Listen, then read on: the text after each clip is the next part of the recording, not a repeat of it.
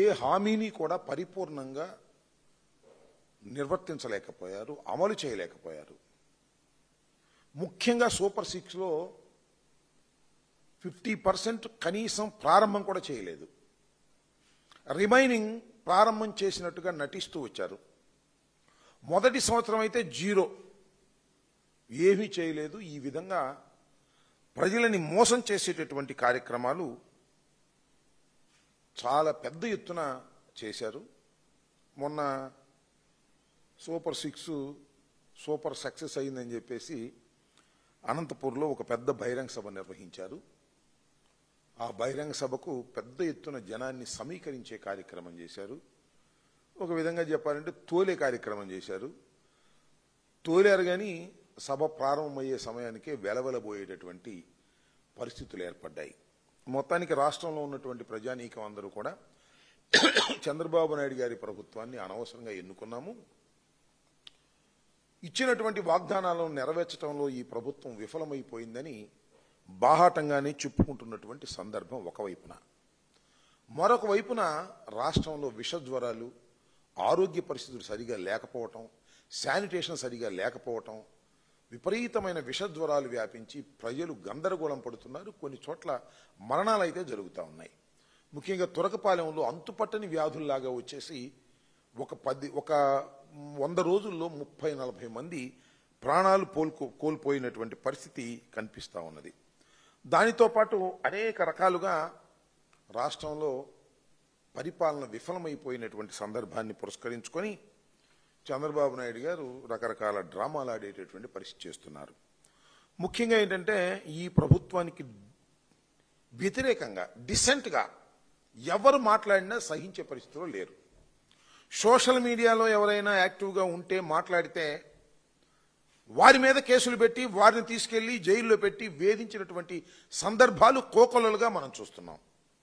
దానితో పాటు ఆయనకు వ్యతిరేకంగా ఈయన వార్తలు రాసే పత్రికలు, మరి ముఖ్యంగా సాక్షి పత్రిక మీద ఇప్పటికి ఎన్ని కేసులు పెట్టారో నేను చెప్పవలసినటువంటి అవసరం లేదు. సాక్షి ఎడిటర్ మీద సుమారుగా 7 కేసులు పెట్టి బెదిరించేటటువంటి కార్యక్రమాలు చేస్తున్నారు. అంటే తమ పరిపాలనకు డబ్బా కొట్టేవారు తప్ప తమ పరిపాలన బాగోదు అంటే మాత్రం ఊరుకునేటటువంటి పరిస్థితుల్లో లేకోకుండా చట్టాలను వక్రీకరించి తమ చేతుల్లోకి తీసుకొని పోలీసు యంత్రాంగాన్ని అంతా కూడా ఉపయోగించుకొని ఒక హెరాస్మెంట్ చేయాలనేటువంటి పరిస్థితి ఇవాళ రాష్ట్రంలో చంద్రబాబు నాయుడు గారు చేస్తున్నటువంటి విషయాన్ని నేను ప్రత్యేకంగా చెప్పవలసినటువంటి అవసరం లేదు. ఏ మాత్రం గమనించినా కూడా సామాన్య ప్రజానీకానికి కూడా అర్థమైపోయే రీతిలో ఇవాళ చంద్రబాబు నాయుడు గారు పరిపాలన జరుగుతూ ఉన్నది. కేవలం పూర్తిగా పరిపాలన విఫలమైపోయి ఇంకా దాన్ని డైవర్ట్ చేసేటటువంటి కార్యక్రమాలు చాలా సందర్భాలు చేస్తున్నారు. ఇంక దీని గురించి చెప్పాలి మీరు. దా కోవలోకి చెందిందే, అలాంటి కేసుల్లోకి చెందిందే లిక్కర్ కేసు. అసలు ఈ లిక్కర్ కేసు ఏంటో ఎవరికి అర్థం కాల. అబద్ధాల పునాదుల మీద ప్రారంభించాడు చంద్రబాబు నాయుడు గారు. ఈ లిక్కర్ కేసు ఎంత విచిత్రమైందంటే పుష్పక విమానం లాంటిది. ఎంతమందినైనా ముద్దాయిలుగా పెట్టండి, ఇంకెద్దరు ఖాళీ ఉంటుంది, ఒకలో ఖాళీ ఉంటుంది. వరుసనే పెట్టుకుంటూ పోవటమే. ఎవడు దొరికితే వాడిని లోపలేసే కార్యక్రమాలు ఈ లిక్కర్ కేసులో తీసుకొచ్చేటటువంటి కార్యక్రమం చేస్తున్నారు. చాలా అన్యాయమైనటువంటి కార్యక్రమం. 2024 సెప్టెంబర్లో ఈ వ్యవహారాన్ని ప్రారంభించారు. కేసు పెట్టడం, ఆధారాలు సేకరించడం. దీనికి సిట్ స్పెషల్ ఇన్వెస్టిగేషన్ టీం అనేదాన్ని ఒకదాన్ని వేశారు. వాళ్ళు ఇన్వెస్టిగేషన్ చేస్తూనే ఉన్నారు. ఒకవైపున అరెస్టులు చేస్తున్నారు, ఒకవైపున ఇన్వెస్టిగేషన్ చేస్తున్నారు. కొంతమందిని అరెస్ట్ చేస్తున్నారు, కొంతమందిని అరెస్ట్ చేస్తామని బెదిరిస్తున్నారు. ఇది జరుగుతున్నటువంటి అంశం. నిన్న చూసాం, మన సునీల్ జగన్మోహన్ రెడ్డి గారి కజిన్, సమీప బంధువు, ఆయన ఇళ్లలో సోదాలు చేశారు, ఆఫీసులో సోదాలు చేశారు. అక్కడ హార్డ్ డిస్కులు దొరికాయంట. దొరకవా మరి? కంప్యూటర్లు దొరికాయంట, కీలకమైన ఆధారాలు దొరికాయంట. ప్రతి కేసులో ఇదే. సిట్టు విచారణ చేయటమో, సిట్టు యొక్క దాడులు జరిగితే విచారించటమో, లేకపోతే సోదాలు చేయటంలోనే చాలా కీలకమైన ఆధారాలు దొరికాయి. ఒక పెద్ద స్టంటు, ఒక కథ, ఒక కల్పితమైన కథ నడిపేటటువంటి కార్యక్రమం చేస్తున్నారు. మీరు అందరూ చూశారు కూడా. కేసిరెడ్డి వ్యవహారంలో 11 కోట్ల రూపాయలు సీజ్ చేశామన్నారు. ఈ 11 కోట్ల రూపాయలు ఎక్కడివి, ఏమిటి అని కోర్టు ద్వారా పిటిషన్ పెట్టి అడిగితే తెల్లముఖం వేశారు. ఎక్కడో చెప్పలేనటువంటి పరిస్థితి. అంత కట్టుకథ అనేది చాలా క్లియర్గా అర్థమైపోతున్నటువంటి అంశాలు మనం చూస్తున్నాం. అంతేకాదు, మీరు రాష్ట్ర ప్రజానీకం కానీ, మేధావులు కానీ, న్యాయ నిపుణులు కానీ ఆలోచించదగినటువంటి ఒక కీలకమైన పరిణామాన్ని మనం చూసాం. అదేంటంటే షార్ట్ షీట్ ఫైల్ చేయలేకపోయారు. ఫైల్ చేశారు, అన్ని తప్పులు దడకే. జడ్జి గారు ఇది ఏమిటి, దీని మీద కొన్ని సమాధానాలు చెప్పండి అని తిప్పి పంపిస్తే మళ్ళీ తిరిగి లేదు. ఈ నోట్లు ఎక్కడి అంటే తిరిగి సమాధానం లేదు. అంటే దీన్ని బట్టి అర్థమవుతుంది ఏంటి, నేరారోపణ చేశారు కానీ దానికి సంబంధించినటువంటి ఆధారాలను సమీకరించడంలో మాత్రం పూర్తిగా సిట్ విఫలమైపోయింది. చంద్రబాబు నాయుడు గారు ఏం చెబితే అది చేసేటటువంటి పరిస్థితి. మొన్న ఈ మధ్యన మా మీద కూడా లిక్కర్ కేసులో, ట్రాన్స్పోర్ట్ కేసులో అంట, అంబటి రాంబాబు, ఆ నాగేశ్వరరావు గారి అబ్బాయి, లేకపోతే ఆ విజయేందర్ రెడ్డి, ఆ కేతిరెడ్డి వర్షం రాసేస్తున్నారు. ఎవడ మీద కోపం ఉంటే, ఎవడ ప్రెస్లో మాట్లాడితే వాడికి ఈ లంగర్ తిప్పేస్తున్నారు, పడవ తిప్పేసి ఖచ్చితంగా మా ఇంటికి వచ్చేసింది అనమాట ఇన్వెస్టిగేషన్ కోసం. ఏంది నాకు అర్థం కాల. ఆధారాలు లేకోకుండా కేవలం పొలిటికల్ వెండేటాతో కేసులు పెట్టి వేధించాలనేటువంటి ప్రయత్నం చేయటం చాలా దురదృష్టకరం. ఏదైనా ఒక ఇష్యూ వచ్చిందనుకో, దాన్ని డైవర్ట్ చేయడం కోసం సిట్టు విచారణకు పిలిచింది కొంతమందిని. నాకు చాలా ఆశ్చర్యం వేసింది ఏంటంటే, సిట్టు వెళ్ళి సోదాలు చేస్తుంది, లేదా దానిలో ముద్దాయిల దగ్గర నుంచి ఫోను తీసుకుంటుంది, ఆ ఫోన్లో నుంచి కొన్ని నెంబర్లు తీసుకుంటుంది, ఆ నెంబర్లోనే పిలుస్తుంటారు. చివరికి ఎలాంటి చేస్తున్నారంటే, మనం బాత్రూమ్ కడగడానికి కూడా నెంబర్లు పెట్టుకుంటామే, వాళ్ళని కూడా పిలుస్తున్నారు, లేదా డ్రైవర్ని వాళ్ళని కూడా పిలుస్తున్నారు, పిలిచి వాళ్ళని విచారిస్తున్నారు. ఇంత దౌర్భాగ్యంగా ఉంది సిట్ యొక్క విచారణ. ఇలాంటి దౌర్భాగ్యమైనటువంటి విచారణలు చేసి ఏదో ఉంది దీనిలో అనేటువంటి భావన కలిగించటం కోసం ప్రయత్నం చేస్తున్నారు తప్ప ఎక్కడా కూడా సరైనటువంటి ఆధారాలు సేకరించడంలో పూర్తిగా విఫలమైపోయినటువంటి ఈ స్పెషల్ ఇన్వెస్టిగేషన్ టీముని ఏమనాలో అర్థం కానటువంటి పరిస్థితి కనిపిస్తూ ఉంది. ఈ రాష్ట్రంలో ఎరువులు లేవు. ఇవాళ ఎరువులు లేక గందరగోళ పడుతుంటే రాష్ట్ర ప్రజానీకం, రైతాంగం ఎక్కడైనా సరే తెలుగుదేశం వాళ్ళు కనపడితే అసలు మీరు మాకు ఎరువులు సప్లై చేయలేకపోతున్నారు, రైతులు తిరగబడతా ఉంటే మధ్యలో తీసుకొచ్చి ఈ సిట్ ఇన్వెస్టిగేషన్ గురించి మాట్లాడేటటువంటి పరిస్థితి చేస్తారు. ఈ సిట్ ఇన్వెస్టిగేషన్లో ఇద్దరు ప్రధానమైనటువంటి ఇన్వెస్టిగేటర్స్ ఉన్నారు. వాళ్ళు ఎవరంటే, ఒకటి ఆంధ్రజ్యోతి, రెండు ఈనాడు. ఫ్రంట్ పేజీలు రాసేస్తారు. ఏయో దొరికాయి, ఏదో గందరగోళం అయిపోయింది, కీలకమైన ఆధారాలు దొరికాయి, డబ్బులు దొరికాయి, గాడిద గుడ్డు దొరికాయి, ఇవన్నీ కథలు రాస్తారు. ఈ కథల ప్రకారం వాళ్ళు ఛార్జ్షీట్ పడేస్తారంటే ఛార్జ్షీట్ పడే విధానంలో ఈ కథలు ఏమి ఉండలేదు. ఒక లోపభూయిష్టమైనటువంటి కేసుగా తయారైంది. ఇది అద్భుతమైన ఒక కల్పిత కథ అని చెప్పడానికి నేను ప్రత్యేకంగా చెప్పవలసిన అవసరం లేదు. ఈ సిట్ ఇన్వెస్టిగేషన్ ప్రారంభమైన దగ్గర నుంచి ఇప్పటిదాకా జరుగుతున్నటువంటి వ్యవహారాలు కానీ, అరెస్టులు కానీ, అరెస్ట్ చేసిన తర్వాత బెయిల్ ఇస్తున్న తీరు కానీ, ఆ తర్వాత వీళ్ళు ఇన్వెస్టిగేషన్ టీం సంబంధించిన వాళ్ళు ఛార్జ్షీట్ పడేస్తే ఆ ఛార్జ్షీట్ను గురించి ప్రశ్నిస్తున్నటువంటి విషయాలు కానీ, ఆ ఛార్జ్షీట్ రిటర్న్ అయితే మళ్ళీ తిరిగి సరైన సమయంలో పెట్టలేకపోవటం కానివ్వండి, లేదు ఈ 11 కోట్ల రూపాయలు ఎక్కడి నుంచి వచ్చాయి, ఎలా తీసుకొచ్చారు, దీని నెంబర్లేంటి, వీటి చెస్ట్లో కలపకండి అని చెబితే దానికి సమాధానం చెప్పలేనటువంటి పరిస్థితుల్లో ఇవాళ ఏదైతే విచారణ ఇన్వెస్టిగేషన్ డిపార్ట్మెంట్ ఉందో అది పిల్లి గంతులు వేస్తూ కుప్పగంతులు వేస్తూ చేస్తున్నటువంటి విధానం చూస్తుంటే సిట్ అనేది ఒక అద్భుతమైన కథని, అది చంద్రబాబు నాయుడు గారు, లోకేష్ గారు అల్లిన కథకి రూపకల్పన చేసేటటువంటి ప్రయత్నంలో ఉంది తప్ప వాస్తవాలను బయటకు తీసుకొచ్చేటటువంటి కార్యక్రమంలో లేకపోవటం చాలా దురదృష్టకరం.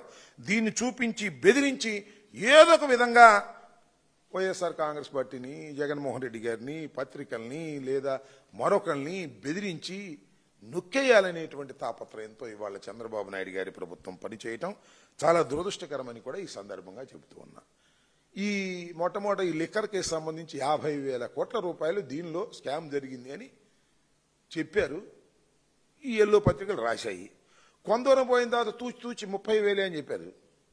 అది పోయిన తర్వాత 18,000 కోట్లని రాశారు. వీళ్లే రాసిన వాళ్ళందరూ వీళ్లే, కొత్త వాళ్ళు ఏం కాదు, సేమ్ పత్రికలే. 18,000 కోట్లు అన్నారు. ఆ తర్వాత తూచి 3,000 కోట్లు అన్నారు. ఇప్పుడేమో 2,000 పైచిలకు అంటున్నారు. సీజ్ చేసినేమో 11 కోట్లు అంటున్నారు. అది కూడా సీజ్ చేసింది వాళ్ళు పెట్టుకుని సీజ్ చేసినటువంటి సందర్భం. ఎందుకంటే మనీ రికవరీ ఎక్కడూ లేదు కదా అని కోర్టులు అడుగుతున్నాయనేటువంటి ఉద్దేశంతో మనీ రికవర్ చేసినట్టుగా 11 కోట్ల రూపాయలు ఎక్కడెక్కడో తీసుకొచ్చి పెట్టి చేశారు. దానికి నిరూపణ లేకోకుండా ఈ విధంగా నానా హంగామా చేసేటటువంటి కార్యక్రమం చేస్తున్నారు. నేను ఈ సందర్భంగా చెప్పదలుచుకున్నది ఏంటంటే, ఈ ఇన్వెస్టిగేషన్ మీద లేదా ఈ లిక్కర్ కేసు మీద నేను స్వయంగా 3 ఎపిసోడ్లు చేసి నేను రిలీజ్ చేశాను వాట్సాప్లో, అలా యూట్యూబ్లో. ఆ లింక్ కూడా నేను నా ట్విట్టర్ అకౌంట్లో పెట్టేటటువంటి ప్రయత్నం చేస్తాను. దాంతోపాటు వైఎస్ఆర్ కాంగ్రెస్ పార్టీ రిలీజ్ చేసినటువంటి ఒక డాక్యుమెంట్ను కూడా పెడతాను. దీన్ని మరొకసారి ప్రజలు, ఇంట్రెస్ట్ ఉన్న ప్రజానీకం తెలుసుకోవాలి, చూడాలి అని కూడా ఈ సందర్భంగా నేను మనవి చేస్తున్నాను. ఎందుకంటే ఒక అద్భుతమైన, ఒక అసత్యమైనటువంటి కథనాన్ని అల్లి జగన్మోహన్ రెడ్డి గారిని, వైఎస్ఆర్ కాంగ్రెస్ పార్టీని ఇరికించాలి, అందరినీ కేసుల్లో పెట్టాలి, అందరినీ జైల్లో పెట్టాలి, అందరినీ కేసుల్లో పెట్టి జైల్లో పెడితే భయపడిపోతారు, భయపడిపోతే మా ఇష్టం వచ్చినట్టుగా పరిపాలన చేసుకోవాలనేటువంటి ఒక నీచమైన రాజకీయ కుట్రతో ప్రారంభమైనటువంటి కేసే ఈ లిక్కర్ కేసు. అందువల్ల దాని గురించి మేము చాలా సందర్భాల్లో చెప్పాం. సూటిగా అనేక ప్రశ్నలు ఇన్వెస్టిగేషన్ టీంని అడిగాం, ఈ ప్రభుత్వాన్ని అడిగాం. ఒక్కదానికి కూడా సరైనటువంటి సమాధానం చెప్పలేనటువంటి పరిస్థితుల్లో ఇవాళ ఈ ప్రభుత్వ యంత్రాంగం ఉంది. కేవలం కక్ష సాధింపు ధోరణితో మాత్రమే ఈ కేసుని నడుపుతా ఉన్నారు. కాసేపేమో జగన్మోహన్ రెడ్డి గారి బంధువులు అంటారు, కాసేపేమో చెవిరెడ్డి అంటారు, కాసేపేమో మరొకరు అంటారు. అందరినీ వాళ్ళని అరెస్ట్ చేస్తాం, వీళ్ళని అరెస్ట్ చేస్తామని బెదిరించే కార్యక్రమాలు చేసేటటువంటి పరిస్థితుల్లో ఇవాళ ఈ రాష్ట్ర ప్రభుత్వం దిగజారి రాజకీయ కక్షలు సాధించడం కోసం ఈ లిక్కర్ కేసును ఉపయోగించుకునే దశకు వెళుతుంది. దీన్ని ప్రజలు గమనించాలని నిన్న చూశాను. ఇవాళంతా ఫ్రంట్ పేజీలు అదే. ఈనాడు, ఆంధ్రజ్యోతిలో ఫ్రంట్ పేజీలు ఏంటంటే, మరి సునీల్ ఇంటి మీద దాడి చేశారు, ఒకే సమయంలో విశాఖపట్నంలోనూ అక్కడ ఇక్కడ దాడులు జరిగాయి, కీలకమైన ఆధారాలు దొరికాయి, డిస్కులు దొరికాయి, కంప్యూటర్లు దొరికాయి, ఒకే అడ్రస్ మీద 2 కంపెనీలు ఉన్నాయి. ఉండవా? రామోజీరావు కంపెనీలు ఒకే అడ్రస్ మీద 2-3 లేవా? వాళ్ళ దాడి చేస్తే రామోజీరావు గారి కంపెనీల మీద దాడి చేస్తేనో, చంద్రబాబు నాయుడు గారి కంపెనీల మీద దాడి చేస్తే డిస్కులు దొరకవా, కంప్యూటర్లు దొరకవా? ఏది నాకు అర్థం కాలే. డిస్కులు, కంప్యూటర్లు దొరికాయంటే ఏదో పెద్ద కీలకమైన ఆధారాలు దొరికిపోయాయనేటువంటి పద్ధతుల్లో వ్యవహరిస్తూ ఉన్నారు. కేవలం మసిబూసి మారేడికాయ చేసి మమ్మల్ని దోషులుగా చిత్రీకరించాలనేటువంటి ఒక దురుద్దేశంతో ఇవాళ ఈ రాష్ట్ర ప్రభుత్వం, చంద్రబాబు నాయుడు గారు, లోకేష్ గారు ప్రయత్నం చేయటం చాలా దురదృష్టకరం. ఒక్కటే అడుగుతా ఉన్నా, జగన్మోహన్ రెడ్డి గారి పరిపాలనలో లిక్కర్ మీద ఒక ప్రత్యేకమైన శ్రద్ధ చూపించాం. లిక్కర్ వాడకం తగ్గించాలనేటువంటి ప్రయత్నం చేశాం. లిక్కరు, మంచి లిక్కర్ అందించాలనేటువంటి ప్రయత్నం చేశాం. నాకు తెలియకడుగుతానండి, మద్యాన్ని ప్రభుత్వం అమ్మితే అక్కడ స్కామ్ ఎట్లా జరిగింది? నాకు తెలియకడుగుతున్నా. మద్యాన్ని ప్రభుత్వం అమ్మితే స్కామ్ జరగదు, మద్యాన్ని నియంత్రిస్తే స్కామ్ జరగదు. విక్రయాలు తగ్గించాం, పెంచలేదే మేము. విక్రయాలన్నీ కూడా తగ్గించేటువంటి కార్యక్రమం చేస్తే స్కామ్ జరిగిందంటారు. అడ్డగోలు వ్యవహారంగా ఇవాళ చేస్తున్నారు.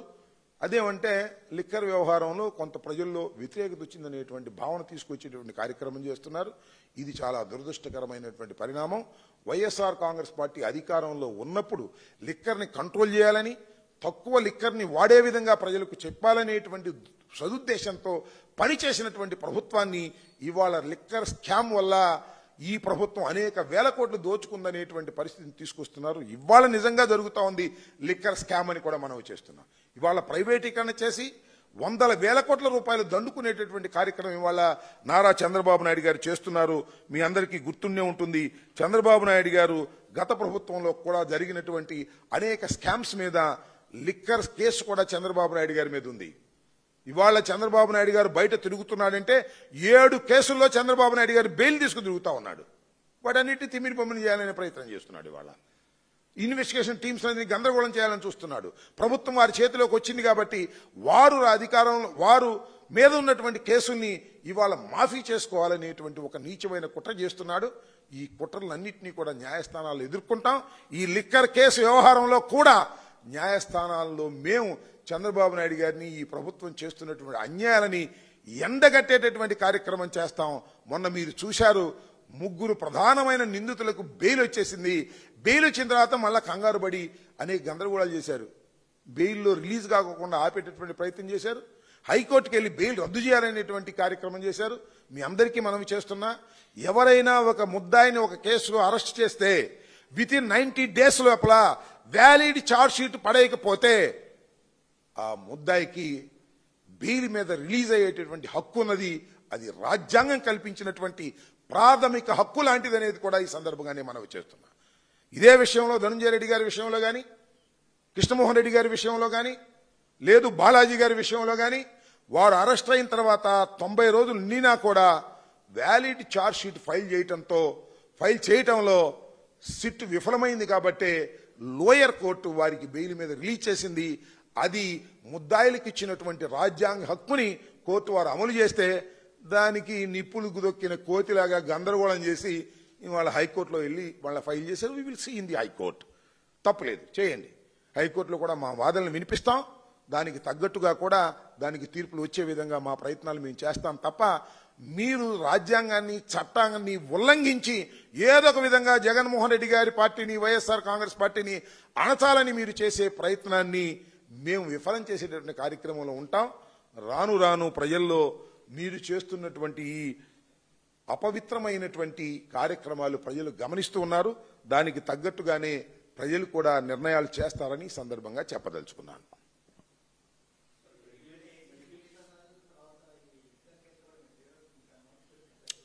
ఏమంటారు? లిక్కర్ కేసులో కూడా ఈనాడులో ఇచ్చినట్టున్నారు. ఈనాడులో నా ఆంధ్రజ్యోతిలో నోటీసులు ఇచ్చిట్టున్నారు. నాకు ఇవ్వాల. ఈనాడులో మా ఫోటోలు వేసి 250 కోట్ల రూపాయలు లిక్కర్ ట్రాన్స్పోర్ట్లో మేము మింగేసామని రాశాడు రామోజీ గారి అబ్బాయి కిరణ్ గారు. ఆయన రాస్తే ఇన్వెస్టిగేషన్ టీం కూడా విచారణ చేస్తుందని నా అభిప్రాయం. ఇలా కాస్త ఎక్కువగా మాట్లాడే వాళ్ళని, అంటే ఎక్కువ సార్లు ప్రెస్ మీట్లు చేసే వాళ్ళ మీద వాళ్ళు ఈ రకమైన ప్రయోగం, లిక్కర్ కేసులో ఉన్నటువంటి ప్రయోగాలని మా మీద చేస్తున్నారు. చేయనియండి, మాకు ఏ విధమైన అభ్యంతరం లేదు. అంతకుముందు ఏంటి సత్తెనపల్లిలో విజిలెన్స్ ఎంక్వైరీ అన్నారు. వర్షనే ఒకటి వస్తున్నారు. వైఎస్ఆర్ కాంగ్రెస్ పార్టీలో కాస్త గట్టిగా మాట్లాడే వాళ్ళని, సీనియర్స్ని ఏదో విధంగా చేయాలనేటువంటి ఒక దుర్బుద్ధితో ఈనాడు ఆంధ్రజ్యోతిలో ముందు రాయటం, ఆ తర్వాత విజిలెన్స్ వాళ్ళకి ఇవ్వటం, ఆ తర్వాత సిట్టు వాళ్ళకి ఇవ్వటం, ఏదేదో వచ్చిందని ఇవ్వటం, ఇవన్నీ చేస్తున్నారు. కేసులు పెట్టి బెదిరించాలని చూస్తున్నారు. బెదరటానికి ఎవరు సిద్ధంగా లేరు ఇక్కడ. We don't care all these things. మాకు తెలుసు ఏం జరుగుతుందో. మేము తప్పు చేయలేదని మాకు తెలుసు. కేవలం రాజకీయ కక్షతో మమ్మల్ని అణచాలనేటువంటి ప్రయత్నమే చంద్రబాబు నాయుడు గారు, లోకేష్ గారు చేస్తున్నారు అనేది కూడా నేను ఇది మొదటిసారి కాదు, చాలాసార్లు చెప్పాను, చెప్తూనే ఉంటాను. ఇది వాస్తవం అని కూడా ప్రజలు గమనిస్తున్నారు. ఓకే, భయపెట్టేదేంటి? ఎవరు భయపెడుతున్నారు? ఇప్పుడు ఒకటి గుర్తుపెట్టుకోండి, మెడికల్ కాలేజెస్ విషయంలో జగన్మోహన్ రెడ్డి గారి stand is very clear. Jaganmohan Reddy గారు ఒక మాట చెప్పి మరొకటి చేసేటటువంటి తత్వం కలిగినటువంటి నాయకుడు కాదు. Is a very bold man. జరగబోయే విషయాన్ని చాలా స్పష్టంగా చెప్పారు. అంటే ఇది బెదిరింపని మీరు అనుకుంటే సరిపోదు. లేదు ఈనాడు రాస్తే సరిపోదు, లేదు ఆంధ్రజ్యోతి రాస్తే సరిపోదు, లేదు చంద్రబాబు నాయుడు రాస్తే సరిపోదు, చంద్రబాబు నాయుడు గారు చెప్తే సరిపోదు, లేదు లోకేష్ చెప్తే సరిపోదు. చాలా స్పష్టంగా చెప్పారు. That will reiterate in my press meet also. ఏం చెప్పదలుచుకున్నామంటే మా పార్టీ తరఫున, అయ్యా ఇవాళ చంద్రబాబు నాయుడు గారు కష్టపడి వైఎస్ఆర్ కాంగ్రెస్ ప్రభుత్వంలో మెడికల్ కాలేజీలు నిర్మించి మెడికల్ కాలేజీల ద్వారా పేద ప్రజానీకానికి మేలు చేయాలని ప్రయత్నం చేస్తే మీరొచ్చి అమ్ముకునే కార్యక్రమం చేస్తున్నారు. అయ్యా కొనేవాళ్ళు ఎవరన్నా ఉంటే రండి అని అడుగుతున్నారు. ఆ కొనేవాళ్ళకి చెప్తున్నాం, మీరు తొందరపడి కొన్నారా, మేము అధికారంలోకి వచ్చిన తర్వాత ఈ కొన్నవి క్యాన్సిల్ చేస్తాం అని చెప్తున్నాం. Very bold. దీనిలో ఏమీ సందేహం ఏమీ లేదు. దీనిలో దాయాల్సిన అవసరం ఏమీ లేదు. జగన్మోహన్ రెడ్డి గారు సూటిగా చెప్పారు. ఆ కొనేవాళ్ళంటే పెట్టుబడిదారులంట, రాష్ట్రానికి పెట్టుబడులు వస్తున్నాయంట. ఇదేనా పెట్టుబడులు? కాలేజీలు అమ్మేయటం పెట్టుబడులా? కొనేవాళ్ళు పెట్టుబడిదారులా? కొనేవాళ్ళు ఎవరో మనకు తెలీదా? కొనేవాళ్ళు నీ తాబేదారులేగా. అన్ని కాలేజీలు పూర్తి చేసుకుని సిద్ధంగా ఓపెనింగ్ ఉన్నటువంటి కాలేజీలని ఇవాళ మార్కెట్లో పెట్టి అంగడి వస్తువులాగా నువ్వు అమ్మే ప్రయత్నం చేస్తున్నప్పుడు కళ్ళు మూసుకొని కూర్చోవడానికి వైఎస్ఆర్ కాంగ్రెస్ పార్టీ సిద్ధంగా లేదు. 5 సంవత్సరాలు ఈ రాష్ట్రాన్ని పరిపాలించినటువంటి పార్టీ వైఎస్ఆర్ కాంగ్రెస్ పార్టీ. 5 సంవత్సరాల పాటు ముఖ్యమంత్రిగా పనిచేసినటువంటి వ్యక్తి జగన్మోహన్ రెడ్డి గారు. వైద్యం మీద, విద్య మీద కాన్సంట్రేషన్ చేసినటువంటి వ్యక్తి జగన్మోహన్ రెడ్డి గారు. ప్రతి పేదవాడికి విద్య, వైద్యం కావాలని భావించినటువంటి వ్యక్తి జగన్మోహన్ రెడ్డి గారు. ఇవాళ నీవు ప్రైవేట్ రంగంలోకి మొత్తం మెడికల్ కాలేజీలు నెట్టేసి, వైద్యాన్ని నెట్టేసి, విద్యను నెట్టేసి పేద ప్రజానీకానికి మోసం చేస్తాను, పేద ప్రజానీకానికి అన్యాయం చేస్తానంటే చేతులు కట్టుకొని కూర్చోవడానికి వైఎస్ఆర్ కాంగ్రెస్ పార్టీ సిద్ధంగా లేదు. 11 సీట్లే మాకు ఉండవచ్చును కానీ 39.4% ఓటు శాతం ఉన్నటువంటి రాజకీయ పార్టీ వైఎస్ఆర్ కాంగ్రెస్ పార్టీ. రాబోయే కాలంలో మీరే చూస్తారు. వైఎస్ఆర్ కాంగ్రెస్ పార్టీ తిరిగి అధికారంలోకి వస్తుందని నేను చెబుతున్నటువంటి మాట కాదు, ఎక్కడికి వెళ్ళినా ప్రజలు చెబుతున్నటువంటి మాట. వైఎస్ఆర్ కాంగ్రెస్ పార్టీ అధికారంలోకి వస్తే ఇప్పుడు చంద్రబాబు నాయుడు గారు చేస్తున్న తప్పులన్నీ సరిచేయడానికి మేము సిద్ధంగా ఉన్నాం. దానిలో భాగమే ఇవాళ ఎవరైనా మెడికల్ కాలేజీలు కొని వ్యాపారం చేయాలనుకుంటే మీ వ్యాపారాన్ని సాగనివ్వము అనేది చాలా స్పష్టంగా చెప్పాం. ఇది బెదిరింపు కాదు, ఉన్న వాస్తవం అని కూడా చెప్పదలుచుకున్నాను. వాళ్ళేం పెట్టుబడిదారులు కాదు, వాళ్ళు పెట్టుబడిదారులు ఇక్కడ తీసుకొచ్చి పెట్టే పరిస్థితి లేదు. ఇదంతా కూడా మోసం. ఈ మోసాన్ని ఎదుర్కోవడానికి జగన్మోహన్ రెడ్డి గారు మొన్న చాలా బోల్డ్గా చెప్పారు. మళ్ళా కూడా రీట్రేట్ చేస్తున్నాం దాన్ని. చెప్పండి.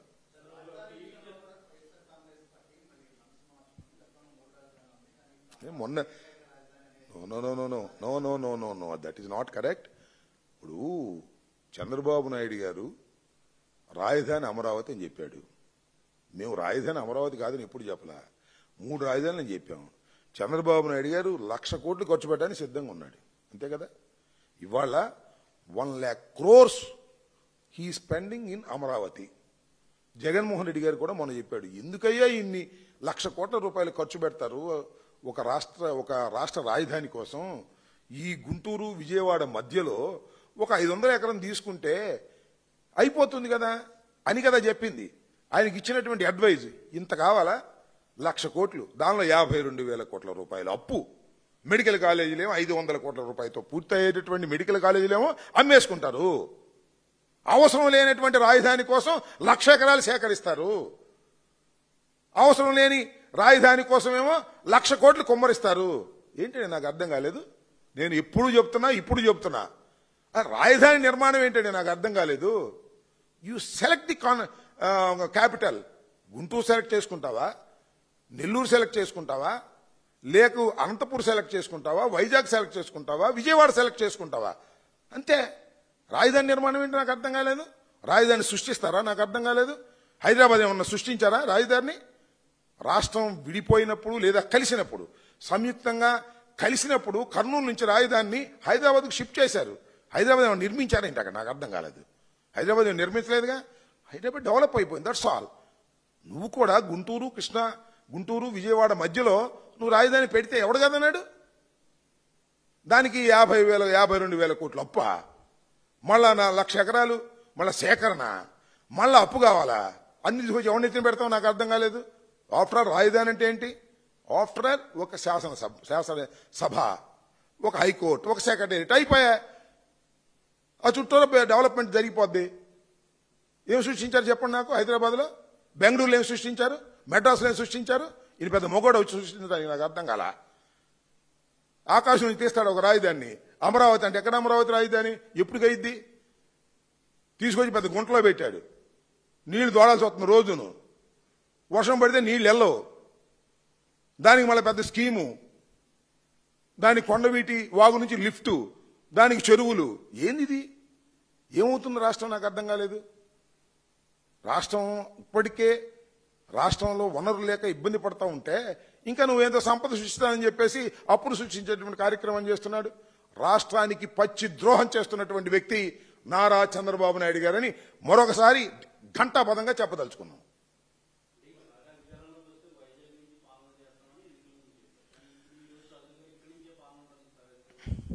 ఇంకా ఒక విషయం చెప్తున్నా, మేము మొన్న చెప్పింది జగన్మోహన్ రెడ్డి గారు చాలా స్పష్టంగా చెప్పాడు. చంద్రబాబు నాయుడు గారు చేస్తున్నది తప్పు. ఆయన చేయదలుచుకుంటే సింగిల్ రాజధానిగా పెట్టదలుచుకుంటే గుంటూరు విజయవాడ మధ్యనే 500 ఎకరాల్లో నిర్మించవచ్చని సలహా ఇచ్చారు. మేము 3 రాజధానులని చెప్పాము. అన్ని ప్రాంతాలు మాకు సమానం అనే ఉద్దేశంతో మేము పార్టీ ఓడిపోయాము. ఇవాళ ఇంకా దాని మీద చర్చ జరగలేదు. మేము 3 రాజధానికే కట్టుబడి ఉంటామా లేకపోతే ఒక రాజధాని కట్టుబడి ఉంటామా అనేది చర్చ జరగలేదు. చర్చ జరిగిందో నిర్ణయించుకుంటాం. అంటే మీరు అడుగుతున్నారంటే ఏంటి అర్థం? ఒకటి మాత్రం నాకు చాలా సంతోషంగా ఉంది. అదేంటంటే, ఏమండి మీరు అధికారంలోకి వస్తే ఏంటి పరిస్థితి అడుగుతున్నారు అన్ని చోట్లకి ఎక్కడికి వెళ్ళినా. అంటే మేము అధికారంలోకి వస్తున్నామనే విషయాన్ని ఆ ప్రశ్నించే వాళ్ళందరికీ అర్థమైపోయింది అనమాట. ఏది సంవత్సరం నిండి ఇంకా సంవత్సరం 6 మాసాలు కూడా కాల. మీరు అధికారంలోకి వస్తే ఏమండి ఈ మెడికల్ కాలేజ్ సంగతి ఏంటి అడుగుతున్నారు. మీరు అధికారంలోకి వస్తే అమరావతిలో ఉంటారా అడుగుతున్నారు. మీరు అధికారంలోకి వస్తే ఏంటి అని అడుగుతున్నారు. మేము అడగడమే కాదు, లోకేష్ కూడా చెబుతున్నాడు. మేము ఊరు వెళ్ళామండి, అక్కడ జగన్మోహన్ రెడ్డి గారు అధికారంలోకి రావడానికి గ్యారంటీ ఏంటి అని అడుగుతున్నారంట. అందరికీ అనుమానం వచ్చేసింది. ఈ కూటమి ప్రభుత్వం 5 సంవత్సరాల తర్వాత ఉండేది కాదని, మళ్ళా జగన్మోహన్ రెడ్డి గారి అధికారంలోకి వస్తున్నారనేటువంటి భావన సర్వత్రా వినిపిస్తుందనే దానికి సంతోషం. అయితే ఈ రాజధాని వ్యవస్థ మీద మేము పూర్వం తీసుకున్నటువంటి స్టాండ్ 3 ప్రాంతాలకి 3 పట్టణాల్లో ఈ రాజధాని డివైడ్ చేసి ఉండాలి అనేటువంటి అధికార వికేంద్రీకరణ భావించాం. ఆ తర్వాత ఓటమి పాలయ్యాం. దానివల్లే ఓటమి పాలయ్యామని కొంతమంది అంటారు, కాదు కొంతమంది అంటారు. వీటన్నిటి మీద సుదీర్ఘమైన చర్చ జరగాలి. ఆ చర్చ జరిగినప్పుడు వీటన్నిటికీ సమాధానం చెప్తాం. ఇవాళ ఎవరు చెప్పినా ఒకటి మాత్రం వాస్తవం, జగన్మోహన్ రెడ్డి గారు మొన్న చెప్పింది, చంద్రబాబు నాయుడు గారు చేస్తున్నటువంటి అతి దారుణమైన 1,00,000 ఎకరాలు 1,00,000 కోట్ల కన్నా అది కరెక్ట్ కాదు. 500 ఎకరాలతో రాజధానిని మీరు చేస్తే బాగుంటుందని ఒక సలహా ఇచ్చారు. ఆ సలహా మేము పాటించము, గంగలోనే దూగుతాము, లేదా కొండవీటి వాగులోనే దూగుతాము, లేదా ఈ గుంటలోనే రాజధాని పెడతాము, ఈ గుంటలోనే 1,000 కోట్లు 1,00,000 కోట్లు ఖర్చు పెడతామంటే ఆయన కర్మ. దానికి ప్రజలు బాధ్యత వహించాల్సిన పరిస్థితి. ఇవాళ లబోదిబం అంటున్నారండి అమరావతిలో ఉన్నటువంటి రైతాంగం. చంద్రబాబు నాయుడు గారికి ఓట్లు వేసినటువంటి రైతాంగం లబోదిబం అంటున్నారు. ఏంది కర్మ అని. 52,000 ఎకరాలు ఇస్తే దానికి దిక్కు లేదు, మళ్ళా 43,000 ఎకరాలు మేము ఎక్వైర్ చేస్తామని చెబుతున్నాడు. సిగ్గుశరం లేదని వాళ్ళే లబోదిబం అంటున్నారు. చంద్రబాబు నాయుడికి సంబంధించిన వాళ్ళేం వైసీపీ వాళ్ళు కాదు, వాళ్ళే లబోదిబం అంటున్నాడు.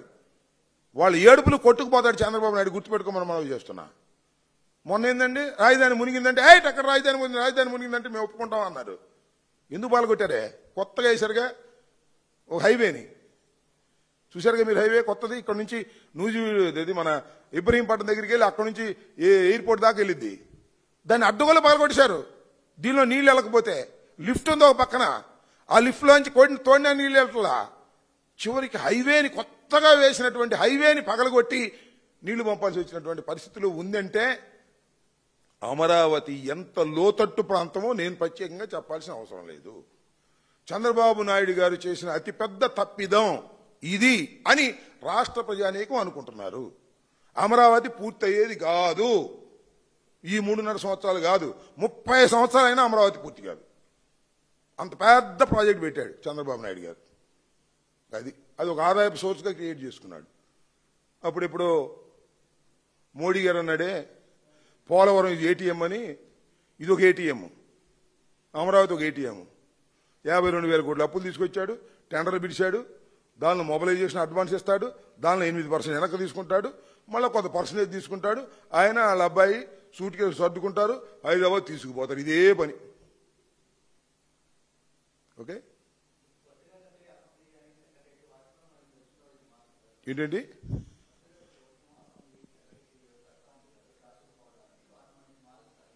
ఎవరు మేము వచ్చినాక తొందర ఎందుకు ఇంకా చెప్తాం, ఇంకా ఆలోచిస్తాం.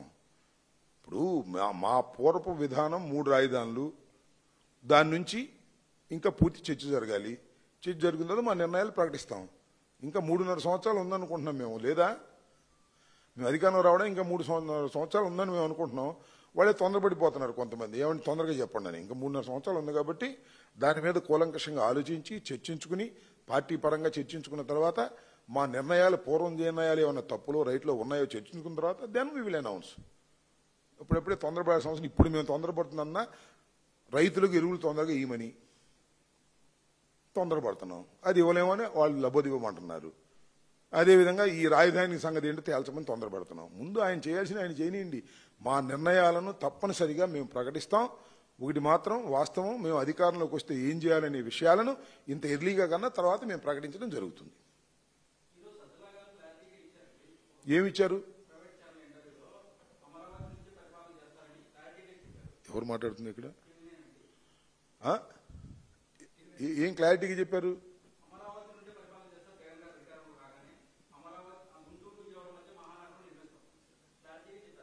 చెప్పారా? నేను చూడలేదు అది. మరి క్లారిటీగా చెప్పారని నేను అనుకోలేదు, నేను చూడలేదు దాన్ని. I have not followed that. ఒకటైతే వాస్తవం, మొన్న జగన్మోహన్ రెడ్డి గారు చాలా స్పష్టంగా చెప్పింది, చంద్రబాబు నాయుడు గారు సలహా ఇచ్చారు. నేను దాని మీద నేను చూడలేదు కాబట్టి నేను కామెంట్ చేయలేను. ఇంకా మా నిర్ణయాలు ఏమి జరగలేదు.